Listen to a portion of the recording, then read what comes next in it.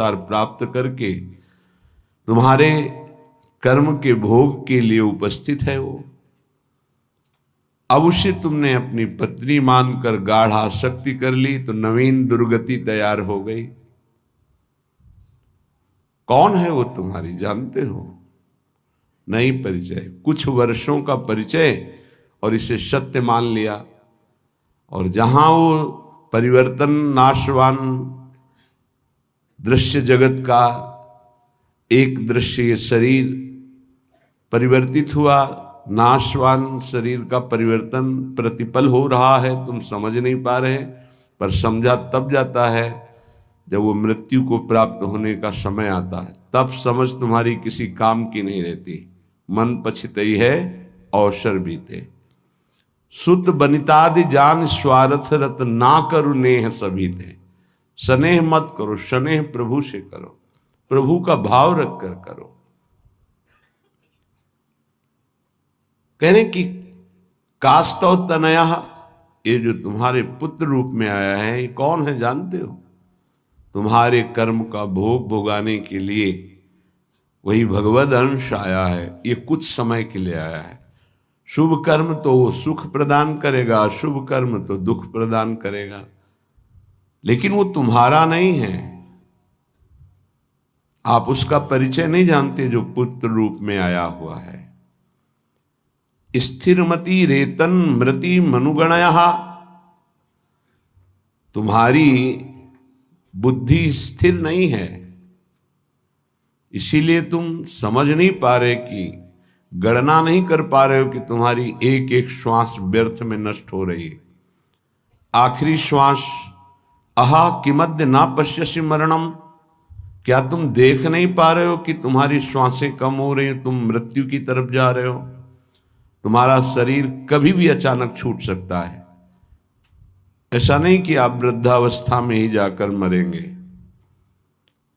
तो पर वृंदावन मिहि शरणम, फिर भी तुम वृंदावन का आश्रय वास स्वीकार नहीं करते, सत्संग का अनुसरण नहीं करते, आचरण में नहीं उतारते, निरंतर नाम जप नहीं करते, तो किस भूल में तुम पड़े हो?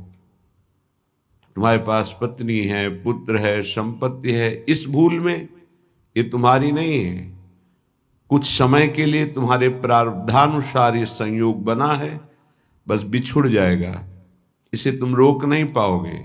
ना अपने शरीर का छूटना, ना अपने सगे संबंधियों के शरीर का छूटना, ये तुम्हारे बस की नहीं कि तुम रोक लो।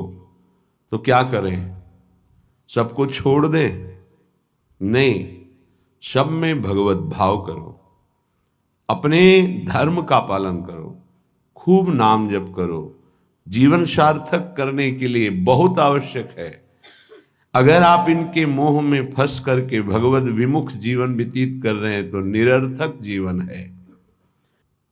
प्राण निकल जाए पर भजन नहीं छूटेगा, इसे ही भजन कहते हैं। और ऐसा भजन बहुत लोग नहीं करते, कोई कोई करता है।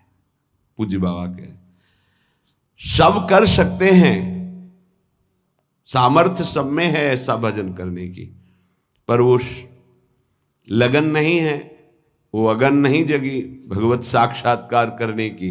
इसलिए जहां विपत्ति आई उसमें डूब गए, संपत्ति आई उसमें डूब गए, भोग आए उसमें डूब गए, प्रभु का विस्मरण हो गया। इसका यही कारण है। भजन का तात्पर्य है भजन में गोता लगाना, डूबना।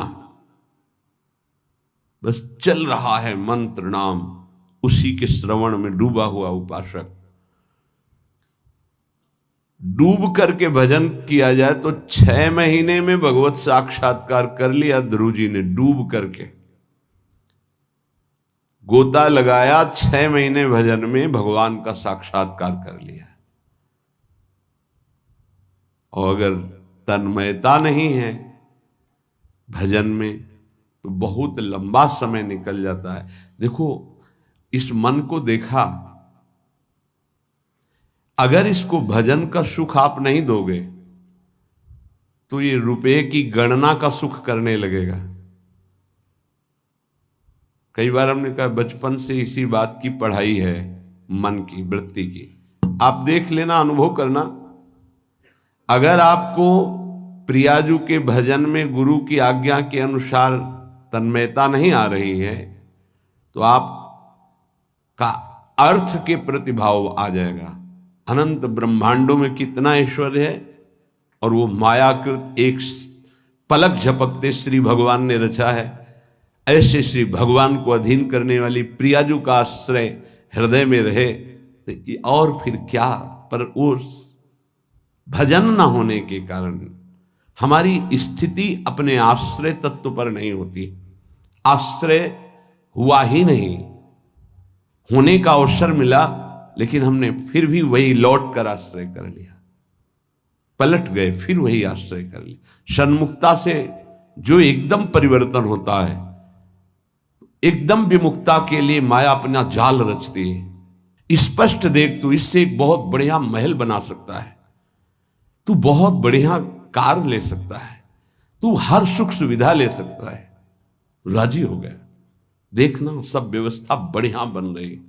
नहीं नहीं, हम व्यवस्था बढ़िया नहीं बनाने आए, हम व्यवस्था को श्री जी के आश्रय से चाहते हैं, अपनी मन बुद्धि के आश्रय से। लाडली जो के महलों में रखो चाहे झोपड़ी में बात, उसका केवल आश्रय अंतर से प्रभु का होता है।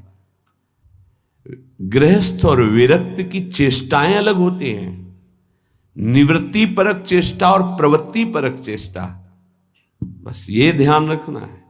निवृत्ति परक चेष्टा से कोई भी ऐसी सिद्धि नहीं जो आ न जाए। प्रवृत्ति परक चेष्टा में अतिथि सत्कार, परिवार की सेवा, समाज की सेवा, नाम जपने का अभ्यास, धर्म पूर्वक कमाया हुआ धन, तब वो आगे बढ़ता है। निवृत्ति परक चेष्टा एकमात्र भगवदाश्रय, उसी से सब हो जाता है। तभी लोगों को लगता है कि संत लोग बड़े धनी हो जाते हैं, उनको लगता है बड़ी चतुराई करते हैं। हमें लगता है कि क्या ये चतुराई आप में नहीं जागृत हो सकती है? क्या चतुराई? आप बल यहां पकड़े हो, बहुत चतुर है संत जन, ठग लेते हैं। किसको? ठगनी माया को भी। माया ठगनी विश्व को ठग रही हो, उसको भी ठग लेते हैं।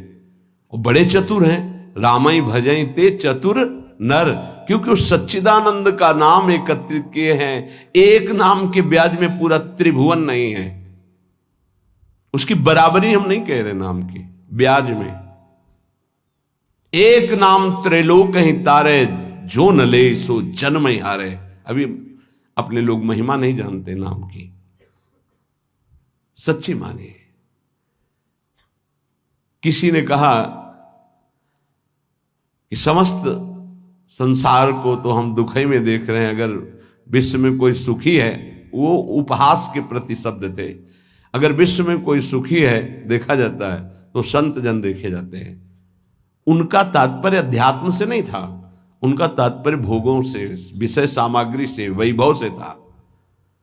अगर तुम्हें ऐसा पता है तो तुम वैसा करके देखो, बहादुर हो।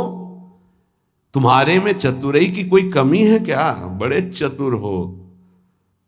तय बालक नहीं भर्यो शयानप, तू बालक नहीं भर्यो शयानप, काहे कृष्ण भजत नहीं नीके। अरे तू बालक नहीं, बड़ा चतुर है, पर तू ठीक से भजन नहीं किया ना, इसीलिए ऐसा है। क्या चाहिए?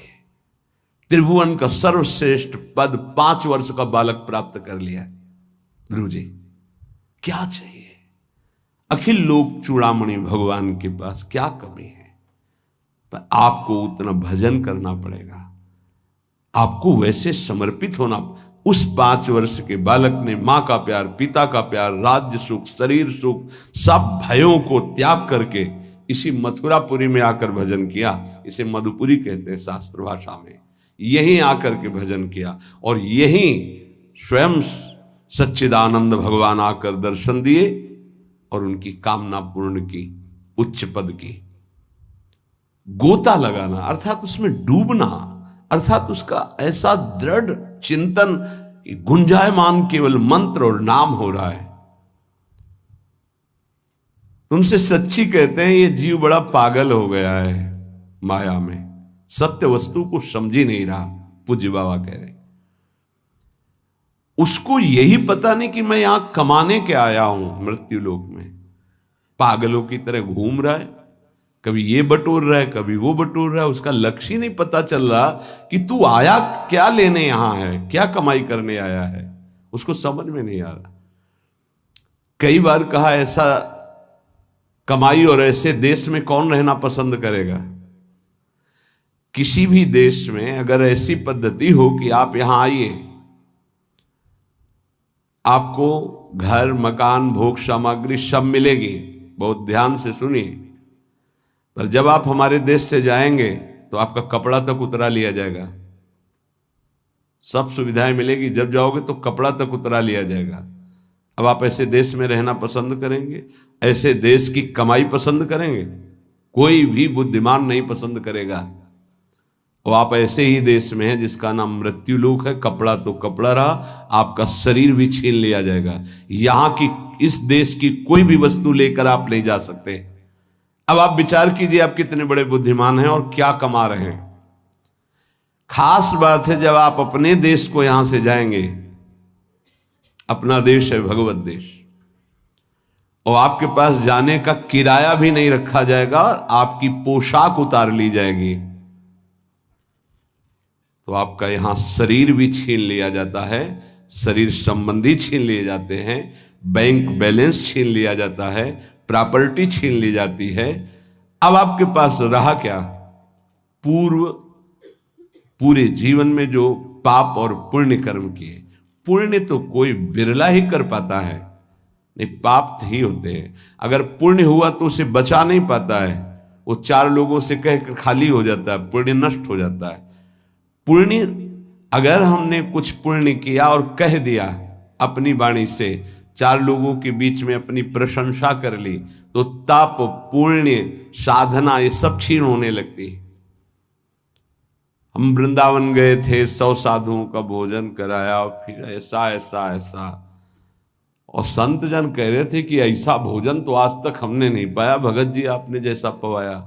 ओ जो कुछ सुकृत बना था मानो करवाया होगा। ऐसी सेवा भगवत कृपा से अवसर मिलता है, पर वो बार बार कहकर अपने सारे सुकृत नष्ट कर देता। इस देश से बचकर निकल पाना और कुछ कमा के ले जाना, ये केवल भगवत कृपा पात्र से ही हो सकता है। बहुत छल भरा ये देश है मृत्यु लोक। जीव पागलों की तरह पूरा जीवन व्यतीत कर रहा है। मुझे यहां किस लिए भेजा गया, क्या लेके जाऊंगा, ये सोच ही नहीं पा रहा है। गोस्वामी जी ने कहा है कि ये जो मन है ये श्वान की तरह हर जगह पादुका का प्रहार पाता है, पर फिर उसी दरवाजे पे खड़ा हो जाता है। अर्थात निकृष्ट भोगों को भोग कर असंतुष्ट, ग्लानि, दुख, परिणाम में चिंता, भय, शोक, पर फिर वही उन्हीं भोगों को भोगना चाहता है। पागल की तरह भटक रहा है। ये महापुरुष जन जानते हो, दुखी होकर ऐसा बोलते हैं। जो वस्तु तुम्हारे साथ नहीं जानी है उसके चिंतन में तुम समय बर्बाद कर रहे हो। चिंतन करो प्रभु का और कार्य करो संसार का, तो जीवन यापन के लिए शरीर चेष्टा और वस्तु ले जाने के लिए नाम धन, कितना बढ़िया उपाय है। राधा राधा राधा। विषय अनेक हैं और अनंत हैं, कितना भोगोगे। भोगते भोगते मर गए, फिर जन्म हुआ, फिर भोगते भोगते मर जाएंगे, कुछ आते नहीं लगेगा। बड़ा विचित्र खेल है, बड़ा विचित्र खेल। भगवान की असीम कृपा है, जिनको भोगों से विरक्ति मिल गई है या जबरदस्ती बचे हुए, बिनु अवसर भयते राजोई। चतुर्थ ब्रह्मचारी का लक्षण है ये। बिनु अवसर नहीं मिला, और भयभीत है इसलिए वो नहीं भोग रहा, तो बिनु अवसर भयते रह जोई। ये चौथे में। उत्तम तो उत्तम के बस असमन माही, सपन हुआन पुरुष जगनाई। अपने प्रीतम प्रभु के सिवा उस स्वप्न में किसी और को नहीं देखता। कितना भोग हो गए, अनंत विषय। कल एक भगत बड़ा मस्त, सब हंस रहे थे लेकिन कोई फर्क उसको नहीं था। गंभीर मुद्रा में बैठा। उसने कहा हमने ठाना है, 1.25 घंटा नाम जप करता हूं और बढ़ा दूंगा, सत्संग आपका सुनता हूं, पर 1 लाख सुंदरी स्त्रियां चाहिए मुझे। हमारे तो होश उड़ गए भाई कि ऐसा प्रश्न करता आया, भगवान ने भेजा। पर अपने को सबका आदर और दुलार, मेरी लाडली जो ऐसी हैं, करुणा करुदार, नहीं तो 1 सेकंड में कि आप कृपया बाहर होइए, यहाँ कोई भगवत चर्चा कीजिए। लेकिन अच्छा पॉइंट ये था कि वो नाम जप करता था और उसके अंदर आशा थी। देखो वासना की कितनी भूख बड़ी हुई, पर वो बहुत गंभीर, और ऐसा नहीं कि कोई देखने सुनने लायक हो, वो बस बड़ी गंभीरता से कह रहा था कि मैं 1 लोक प्राप्त करना चाहता हूं, उसका सम्राट बनना चाहता हूं और 1 लाख सुंदरी स्त्रियां। वो नहीं बोल रहा है, उसका भोलापन है, अज्ञान जिसे कहते हैं। वासना इतनी बड़ी हुई कि उसको लग रहा है अगर ऐसा हो गया तो मैं बड़ा सुखी हो जाऊंगा। भागवत में चरित्र है चित्रकेतु राजा का, आप पढ़ करके देख लेना, श्री शुकाचार्य जी वर्णन कर रहे हैं। उनके 1 करोड़ रानियां थी। क्या परिणाम में क्या, जरा देखना, पढ़ना। निराश, हताश, उदास होकर ऋषियों के पैर पकड़कर तब वो अनंत भगवान की उपासना मिली और वो भगवान का साक्षात्कार किया, अनंत शेष भगवान संकर्षण का। और वो बहुत सावधानी का विषय होता है। ऋषियों की कृपा हुई, पद मिला, भगवान संकर्षण ने उन विमान पे बैठ के भगवान शंकर के पास गए। विमान पे जहां सनकादि जो है अपने श्री चरणों से नंगे पैर चल कर जाते हैं और प्रणाम करके नीचे बैठ करके सत्संग करते हैं महादेव जी से, वो सब बैठे हुए भी थे और सीधे विमान से ही गए। विमान में बैठे बैठे आकाशचारी विमान। भगवान से कहा कि एक साधारण पुरुष भी अगर अपनी स्त्री से वार्तालाप करता है तो एकांत में करता है, आप तो वो महायोगाधिराज योगिंद्रों मुनिंद्रों के गुरु भगवान शिव, तो अंबा जी वामांग में बैठी हैं, आप बैठे और ब्रह्म का उपदेश कर रहे हैं। उनका ये क्या हूं, सब ऋषि आश्चर्यचकित हो गए कि ये कैसा। तो अंबा जी ने कहा अच्छा तुम्हें वरदान मिल गया है, विमान मिल गया है, तो तुम जगत गुरु भगवान शिव को उपदेश करने आए हो, मतलब आसुरी प्रवृत्ति तुम्हारी बढ़ रही है, तो इसका शासन करने के लिए तुम्हें दंड विधान चाहिए। प्रभु तो करुणामय है, वो कुछ बोलेंगे नहीं, इसलिए हम तुम्हें शाप देते, जाओ असुर भाव को प्राप्त हो जाओ। वही वृत्तासुर के रूप में प्रकट हुए थे। तो अंतिम समय भगवान से जो प्रीति मांगी वो माता जी की ही कृपा थी। या देवी सर्वभूतेषु बुद्धि रूपेण संस्थिता, मानो माँ ने कृपा करके उनको उस अहम से रहित करके पावन भक्ति प्रदान करी। ये जो वासना है ये जीव के सर्वनाश के लिए अनंत जन्मों से पीछे पड़ी हुई है। वो तो एक भोला व्यक्ति, अज्ञानी व्यक्ति अपनी बात कर रहा है। आप अंदर से देखो, ऐसी लाखों वासनाओं की परत जमा है। हमको रोज नाम जप रूपी सोहनी लगा के इसे साफ करना है। पर ये विषय अनेक अनंत, मन कहता है इनको भोग लो फिर हम भजन कर लेंगे। कभी नहीं, तुमसे सत्य कहता हूं, जितना इस मन की बात को मानोगे उतने प्रभु से दूरी होती चली जाएगी। और ये सिखाता है कि ये जलन हो रही, अगर भोग लेते हैं तो शांति हो जाए, फिर बढ़िया भजन कर लो। इसकी शिक्षा यही होती है, क्योंकि जानता है भजन के लोभ से ये हमारा साथ दे देंगे। साधक जहां उसको उसकी इंद्री का भोग दिया मन को, बस फिर वो उसको ऐसा फंसा के पटकता है कि भजन कब कहां कैसे हो रहा था सब गायब हो जाता है। और वही भोग चिंतन, वही विषय चिंतन, वस्तु चिंतन, शरीर चिंतन। बहुत सावधान। गौरांगी प्रियाजू के आश्रय के बिना तुम प्रियाजू को नहीं जान सकते, प्रेम को नहीं जान सकते, वृंदावन को नहीं जान सकते। इस महासमुद्र प्रेममयी लीलाओं को नहीं जान सकते, चाहे शास्त्र पढ़ लो, चाहे ब्रह्म ऋषियों का संग कर लो, या चाहे जितनी बड़ी साधना कर लो, उद्धव से ज्यादा कोई ज्ञानी नहीं होगा। वो कह रहे कि वासुदेव ने इशारे से उद्धव को बता दिया कि परम पावन वृंदावन की भूमि में प्रेमियों के संग में ही प्रेम प्रकाशित होता है, विशुद्ध प्रेम। ऐसे गौर आश्रय का दृढ़ अवलंबन लेकर हम वो प्राप्त कर सकते हैं जो किसी साधन सूत्रों से नहीं प्राप्त हो सकता। ये सौभाग्य अपने लोगों को स्वाभाविक प्रियाजू की कृपा से मिल गया कि वो हमारी इष्ट हैं। राधई वेष्टम, वही हमारे इस सत मार्ग के प्रकाश करने वाली हैं। राधा वल्लभीय, वल्लभीय हमारे यहां वल्लभ हैं राधा, प्रीतम है राधा, प्राणनाथ है राधा। और मार्ग को ही संप्रदाय कहते हैं, सुदृढ़ मार्ग। जैसे सरकार के द्वारा बना हुआ राजमार्ग, जिसे पहले जीटी रोड कहते थे, अब क्या कहते हैं पता नहीं, जो बहुत है, हाँ हाईवे, जो हम तो गांव की भाषा उसे जीटी रोड कहते थे। ये वो सुदृढ़ संप्रदाय का मतलब होता है सुदृढ़ मार्ग। बोले कहां जा रहा है? बोले सीधे निकुंज जा रहा है, कहीं मोड़ नहीं है इसमें। राधा वल्लभीय, वल्लभ है जहां की राधा, मेरे प्राणनाथ श्री राधा, श्री श्यामा प्यारी जो।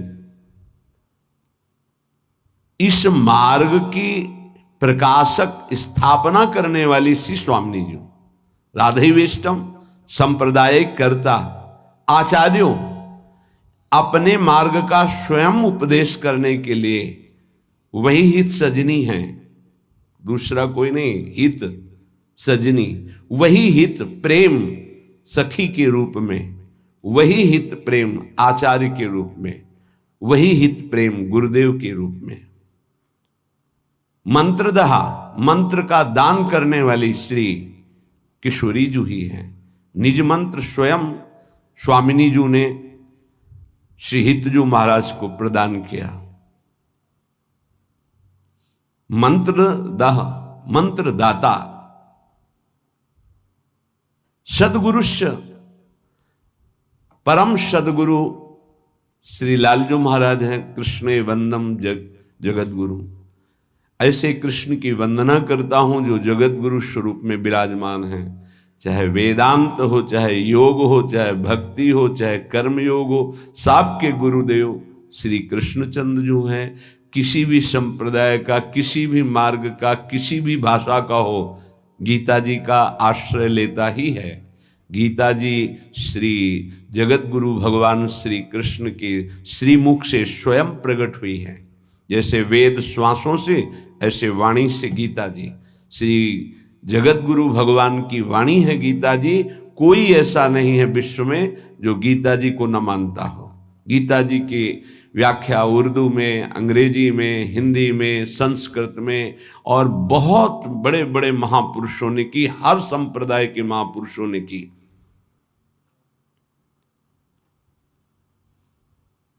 हमारी सदगुरु श्री स्वामिनी जो ऐसी हैं कि ऐसे आचार्यों को भी उपदेश करने वाले जगत गुरु भगवान को शिक्षा प्रदान करती हैं। नवनिवृत्त निकुंज में प्रेम की, विविध की प्रेम विलासों की, वो बाहर के नहीं जान सकते। सच्ची मानिए, ये केवल सखियां जानती है। इसलिए सर्वोपरि जगत गुरु पद में सर्वेश्वरी रासेश्वरी श्री लाडली जो है हमारी। राधैविष्टम संप्रदाय करता आचार्यों मंत्रदः सदगुरुश्च मंत्रो राधा। मंत्र भी स्वयं श्री किशोरी जो है, जो मंत्र है वो स्वयं किशोरी जो है। सच्ची मानिए, ये जो आपको नाम मिला, जो शरणागत मंत्र, जो निज मंत्र, ये स्वयं किशोरी जो है। जिह्वा पे विराजमान मेरी लाडली ही नाम मंत्र के रूप में है। ऐसे प्यार से भजो। तो गौराश्रय, बिना गौराश्रय के आप ना वृंदावन को जान सकते हैं, ना वृंदावन के महाप्रेम समुद्र रस को जान सकते हैं, ना वृंदावन की दिव्य लीलाओं में प्रवेश पा सकते हैं। चाहे वो आप शास्त्रज्ञ हों, चाहे जितने बड़े विद्वान ज्ञानी हों, बिना उद्धव जी से बढ़कर कौन ज्ञानी होगा। उन्होंने वृंदावन की रज को माथे पे चढ़ाया, गोपी जनों की चरण धूलि को, तब जाके उनको श्री कृष्ण प्रेम का परिचय मिला। फिर श्री कृष्ण के प्रेम में जितने भी मत वाले हुए हैं वो सब किशोरी जी के चरणों से प्रेम की भिक्षा मांगी है। किशोरी जी के नख चंद्रमणि का प्रकाश जिन गोपियों को प्रेम की ध्वजा बना दिया, वो हमारी श्री लाडली जो है। श्रीपाद कह रहे इनके आश्रय के बिना निगूढ़ तत्व इस महाप्रेम समुद्र को आप नहीं जान सकते। जहां प्रेम का प्रादुर्भाव हुआ तो ज्ञान वैराग्य सब अपने आप जागृत हो जाता है। जैसे राजा पधारता है तो फिर उसके मंत्री, सामंत, सेना के पति वो सब वहां आ जाते हैं। ऐसे ही प्रेम राजा हृदय रूपी सिंहासन पर बैठा कि ज्ञान रूपी उसका मंत्री, वैराग्य रूपी उसका सेनापति, क्योंकि प्रेम की रक्षा वैराग्य से होती है। और प्रेम से जो ज्ञान प्रकट होता है उसी ज्ञान से भगवत तत्व का वास्तविक बोध होता है। आत्मरति जिसे कहते हैं, रति माने प्रेम। आत्म तत्व का बोध उसी को होता है जिसे आत्मरति प्राप्त हो जाती है। चाहे ज्ञान हो, वैराग्य हो या भक्ति दिव्य हो, वो सब प्रेम के पधारने पर होता है, जब हृदय में प्रेम जागृत हो जाता है। पूज्य स्वामी अखंडानंद जी महाराज ने पूज्य बाबा उड़िया बाबा जी से प्रश्न किया कि बहुत लोग भजन करते हैं पर लाभ दिखाई नहीं देता जो लाभ होना चाहिए। तो बाबा कहते हैं कि पहली बात, भजन में निष्ठा होनी चाहिए कि चाहे मर जाऊं, इतना कष्ट आवे, पर भजन नहीं छोड़ूंगा, ऐसी निष्ठा नहीं है। किसी बिरले में होती है। नहीं, जहां सामने इंद्रियों के भोग आते हैं भगवान छूट जाते हैं। हम मानते हैं भजन का प्रयास करते हैं, लेकिन जहां सामने भोग आया कि प्रभु भूल गए। आप देख लीजिए, चाहे वो भोजन हो, रसेंद्री का भोग हो या किसी भी इंद्री का भोग हो, उस समय प्रभु को भूल गए और उस भोगानंद को स्वीकार कर लिया तो ऐसे पूरा जन्म व्यतीत होने लगेगा, पर आपको भगवत साक्षात्कार नहीं होगा। जो लाभ मिलना वो बहुत दूरी हो जाएगा। जहां कोई दुख आया, विपत्ति आई, भूल गए प्रभु को। सुख आया, संपत्ति आई, भूल गए प्रभु को। मर चाहे जाए हम, किंतु प्यारे का भजन नहीं छोड़ सकते। इसी का नाम भजन है। भजन का स्वरूप क्या? ये चाहे विपत्ति, दुख, मृत्यु से बढ़कर तो कुछ है नहीं। हमारी मृत्यु भी आ जाए तो हम भजन नहीं छोड़ सकते। अब त्रिभुवन की राज्य लक्ष्मी मिलने पर जो आधे पल के लिए भी प्रभु का विस्मरण नहीं करता, उसे भक्त कहा गया है। महाभागवत